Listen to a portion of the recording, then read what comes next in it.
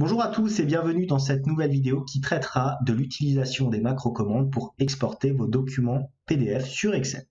Mais tout d'abord et comme à chaque fois, si vous souhaitez aller plus loin dans les explications, je vous invite à cliquer sur les liens de formation dans la description. Et si vous ne souhaitez pas rater mes vidéos sur la comptabilité, la finance et l'utilisation des outils tels qu'Excel dans le monde de l'entreprise, n'hésitez pas à vous abonner à la chaîne.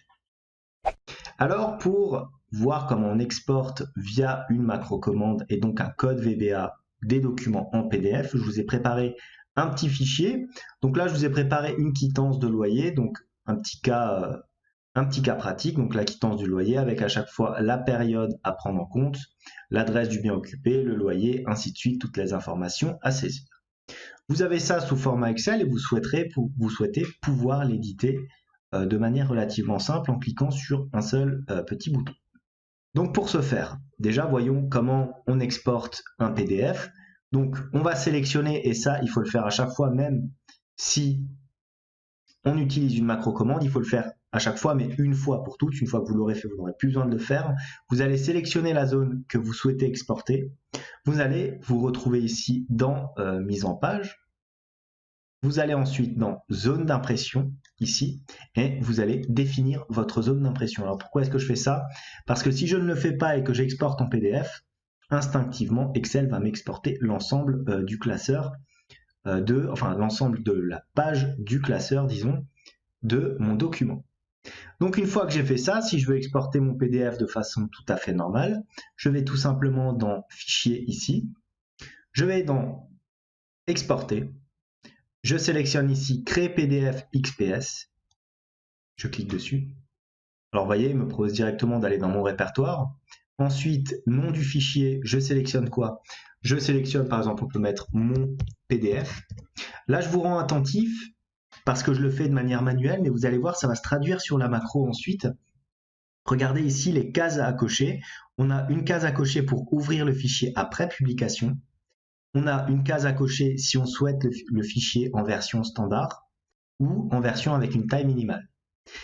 Je vous rends attentif là-dessus, pourquoi? Parce que vous allez voir, quand on va taper notre code VBA, on va taper exactement la même chose, mais cette fois-ci via des macro-commandes. Donc on clique sur Publier. Mon PDF existe déjà, donc peu importe, je fais oui pour l'écraser. J'ouvre mon document. Voilà, donc mon PDF est apparu ici. Donc vous voyez, on a tous les éléments de réponse. On a donc la quittance de loyer, on a la date, on a la période, on a l'adresse du lien, le locataire. Ça va bien dans l'ensemble de ce que je lui ai dit de sélectionner. Donc pas de problème en tout cas au niveau de la mise en forme. Une fois qu'on a fait ça, on a vérifié. Maintenant, je vais vous montrer comment le faire via un code VBA, maintenant que vous savez le faire comme ça. Alors première étape, quand on code du VBA, et à chaque fois, il faut que vous ayez ça en tête, vous devez avoir ici l'onglet de développeur qui s'affiche.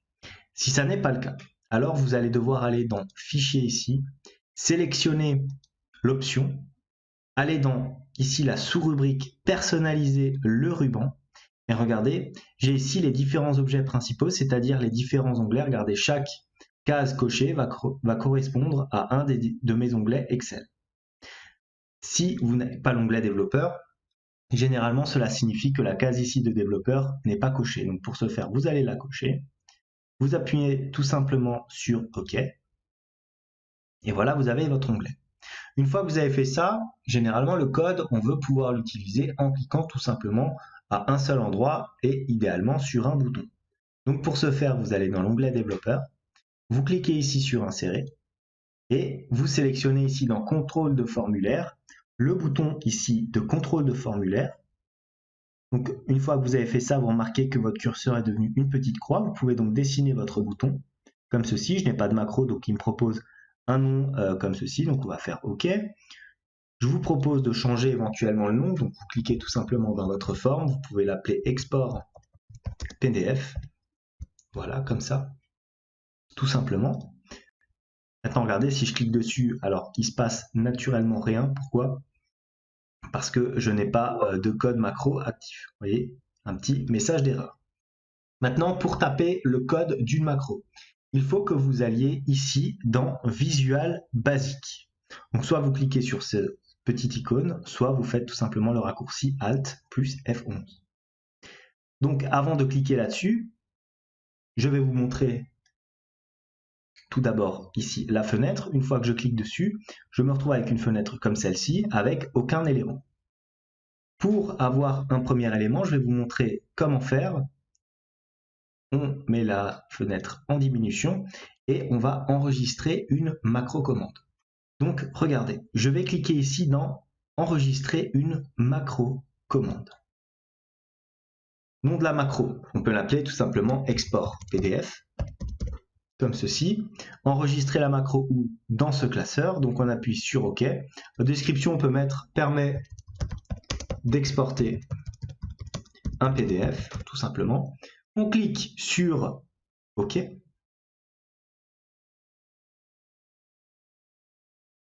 On peut sélectionner maintenant l'ensemble de mon document et on fait exactement la même mécanique qu'on a fait tout à l'heure, c'est-à-dire qu'on sectionne notre document, on va dans mise en page, zone d'impression, définir la zone. Ensuite, on va ici dans fichier, exporter, export PDF. Je vais l'appeler mon PDF numéro 2, tiens, PDF 2. Pareil, je clique, souvenez-vous bien des petites cases ici cochées, ouvrir le fichier après publication, standard et taille minimale, je clique sur publier. J'ai mon PDF qui apparaît. Voilà, donc PDF 2. Maintenant, je retourne sur mon fichier Excel et qu'est-ce que je fais? Je vais dans développeur et j'arrête l'enregistrement de ma macro. Une fois que j'ai fait ça, je peux regarder et interpréter le code macro que j'ai créé à cet instant. Donc ici, Visual Basic, je clique ici. Regardez, il y a un petit espace de module qui est apparu qui n'était pas là tout à l'heure. Donc pour l'analyser, je clique sur le petit plus et je vois qu'un des modules est apparu. Vous tapez à chaque fois votre code macro dans un module. Il se peut que vous n'en ayez pas. Donc pour ce faire, vous allez faire un clic droit dans ce cadre blanc afin de faire apparaître ici une petite fenêtre avec une insertion possible. Une insertion de quoi? Tout simplement de module.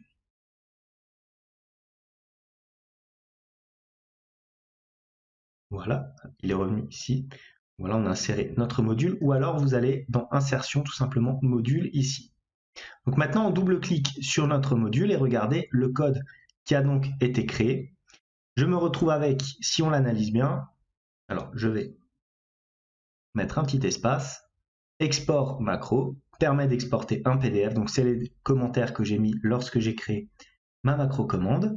Range C3J32, donc ça veut dire que c'est exactement la sélection que j'ai effectuée. Donc là, pareil, ça a sélectionné la page à imprimer. Vous voyez ce que j'ai fait avec ma mise en forme. Et ensuite, regardez tous les documents. Donc là, type PDF, files name. Et là, regardez le files name, il me met dans un document automatiquement de mon répertoire. Avec une qualité standard, souvenez-vous, c'est les deux cases qui étaient cochées. Et donc les différentes propriétés, ignore print, voilà. Et bien entendu, vous vous souvenez, le publier après édition, c'est ici open after publish. Donc une fois qu'on a ça, regardez, je retourne sur mon fichier Excel, je peux affecter la macro, alors je fais un clic droit, j'affecte la macro ici, donc export PDF, j'appuie sur OK. Et regardez, si je clique dessus, ça va automatiquement la lancer, je n'ai plus à refaire toutes les différentes manipulations que j'ai fait tout à l'heure, et je vais avoir l'édition directe de mon PDF, donc mon PDF numéro 2. Voilà, mais je ne vais pas arrêter là. Pourquoi? Je retourne sur mon code. Regardez ici, vous avez le files name qui se met directement dans mon répertoire de documents. Or, je ne souhaite pas qu'il se passe ce genre de choses. Pourquoi? Pour la simple et bonne raison que si j'envoie ce fichier à quelqu'un d'autre et que celui-ci essaye de l'ouvrir, essaye ma macro, cela ne va pas fonctionner. Pourquoi? Parce qu'il n'a pas son répertoire dans le nom ici. Par conséquent, je vais changer tout simplement le nom de mon fichier PDF. Alors, qu'est-ce que je peux mettre? Je peux mettre éventuellement filename égale, on va enlever là le tiret. Ah, je vais changer aussi. Hop, je sais que la compilation, tu n'aimes pas.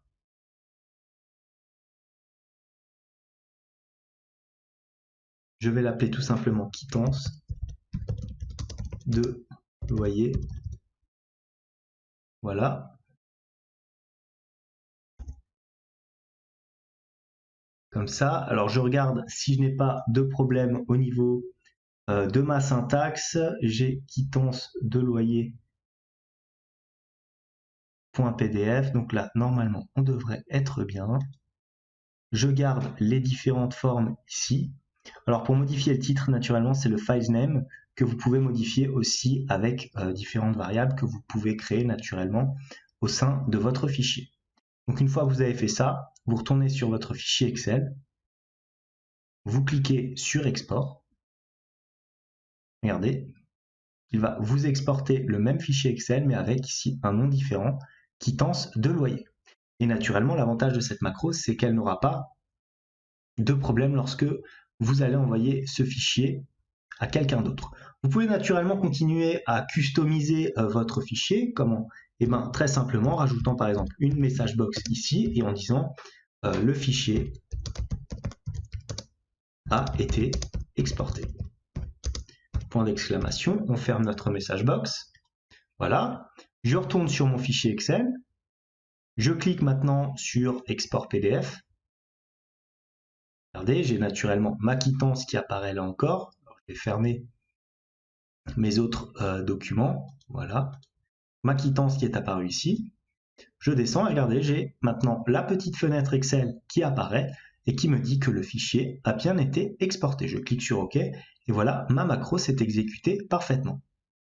Voilà donc comment on exporte via VBA un document en PDF. N'oubliez pas que vous pouvez aussi saisir éventuellement des variables. Donc à vous de triturer ce code, de prendre ce code source pour vos fichiers naturellement et de le personnaliser.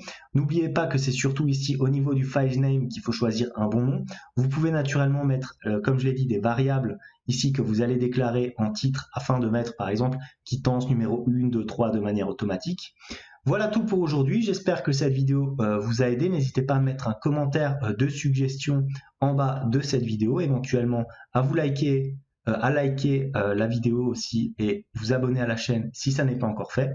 En tout cas, moi je vous dis merci et à bientôt pour une nouvelle vidéo.